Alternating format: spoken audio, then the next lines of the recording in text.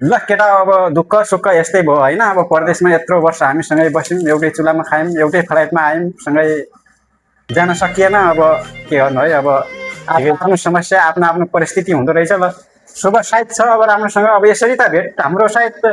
हुने सम्भावना कन्फर्मै हुँदैन कन्फर्म नभए पनि कहिले कसो अब यसरी होला भेट भाग्यले राखेपछि